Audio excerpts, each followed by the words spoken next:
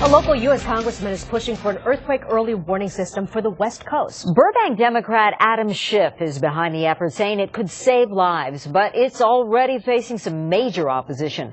KCAL 9 political reporter Dave Bryan has the latest on the effort. Dave.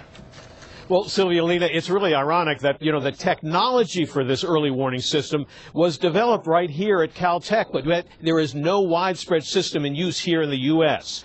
That may be changing soon, but it seems like we've been talking about this early warning system for years, and finally there is a push in the House by Democrats to put some money behind the talk. Very strong shaking expected in 3 seconds. This is a demonstration of what the earthquake early warning system would look and sound like if a powerful earthquake came rolling up the San Andreas Fault toward Los Angeles, giving Southland residents precious seconds that could mean the difference between survival or death. Getting advance notice, even if it's 10 seconds, 30 seconds, or a minute, could save a lot of lives in the event of a major earthquake by letting people get to a safe place, by telling engineers they need to stop the train, by telling hospitals they need to stop surgeries. Now, Burbank Congressman Adam Schiff has presented a letter signed by 14 other Democrats to the House Interior Appropriations Subcommittee, calling for $16 million in federal funding to start building an earthquake warning system across California and the West. In fact, a demonstration project is already working, as we saw last week after the 5.1 earthquake near La Habra. So the early warning system, 4 seconds, and now we're having an aftershock. Caltech professor Thomas Heaton of the Earthquake Engineering Research Lab says the demonstration project is working well, but is very limited. At the moment, the early warning system is a university demonstration project, so there are graduate students involved.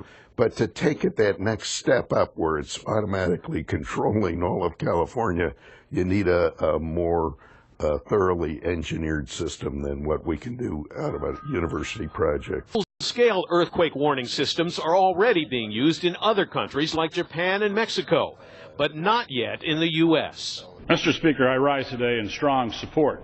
Congressman Ken Calvert, a Republican from Corona, is the chair of the committee which received the funding letter from Congressman Schiff.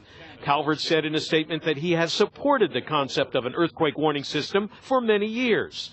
But he said the test phase is operational, but USGS still has work to do to improve reliability, accuracy, and to figure out the best ways to communicate early warnings to people.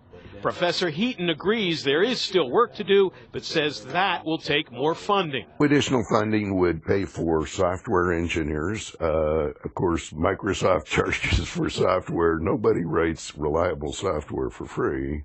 And then the system has to be maintained, just like the telephone system has to be maintained. We need to put in some additional seismometers. In fact, Heaton says right now the earthquake warning demonstration system is funded not by the state or the federal government, but by a private foundation. And that money, he says, will run out in 2 years. Congressman Schiff says failure to fund would be lunacy. So there's really no question about the proven nature of the technology. This works. The only question is, are we going to build this out before the next big quake, or are we going to do it afterward when we'll be kicking ourselves for not having the foresight to do it in advance?